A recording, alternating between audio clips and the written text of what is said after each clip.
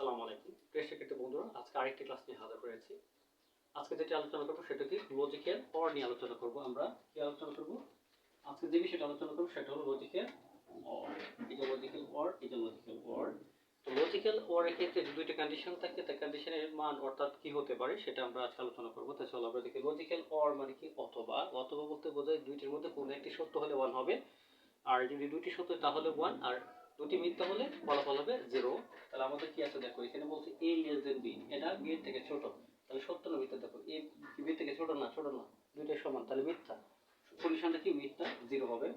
এখন দেখো বলছে কি যে c ডাবল ইকুয়াল b, তার মানে এখানে বলছে c টা b এর সমান। এখন কি c টা b এর সমান? দেখো c হলো 4, b হলো 2, দুইকে সমান না? সমান নয়। তাহলে কি কন্ডিশন? মিথ্যা, তাহলে এটা 0।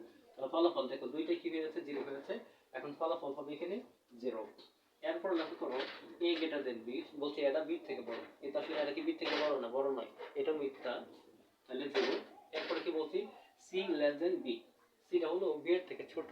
এখন দেখো c টা কি b থেকে ছোট না বড়? তাহলে ছোট না বড়? বড় দেওয়া আছে, সো এটা কি? মিথ্যা, তাহলে ফলাফল হবে 0। এখন যদি আমার এখানে এরকম থাকতো, ধরো দুইটাই মিথ্যা হয়েছে বলে আমার কি হয়েছে? 0 হয়েছে।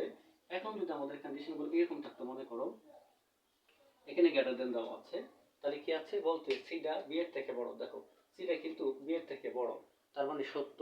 সত্য হলে এটা কি হবে? এটা হবে 1, এটা ছিল আমাদের কি? 0। তাহলে 0 1 এর যোগ করলে আমাদের কি হয়? 1 হয়। তাহলে ফলাফল হবে এখানে 1। তাহলে কি বোঝা গেল? অর মানে অথবা, হয় এই কন্ডিশন না হয় এই কন্ডিশন, এই দুটি কন্ডিশনের মধ্যে কোন একটি যদি সত্য হয় তাহলে ফলাফল হবে আমার কত? 1। ঠিক আছে। আর যদি দেখা যায় কোন দুইটি কি হয়? মিথ্যা হয়, তাহলে ফলাফল হবে 0।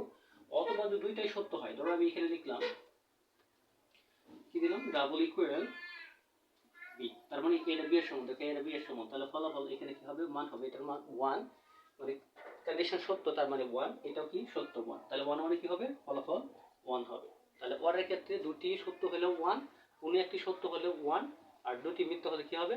0 হবে। এই হলো অর কি, লজিক্যাল অর এর ক্ষেত্রে যে কন্ডিশনগুলো হয়, কন্ডিশনের মানগুলো। যদি এমসিকিউটি ভালো লেগে থাকে তাহলে অবশ্যই বলবো আমার এই ইউটিউব চ্যানেলটি সাবস্ক্রাইব করে পাশে থাকবে, যাতে ধারাবাহিকভাবে বাকি ক্লাসগুলো তুমি দেখতে পারো।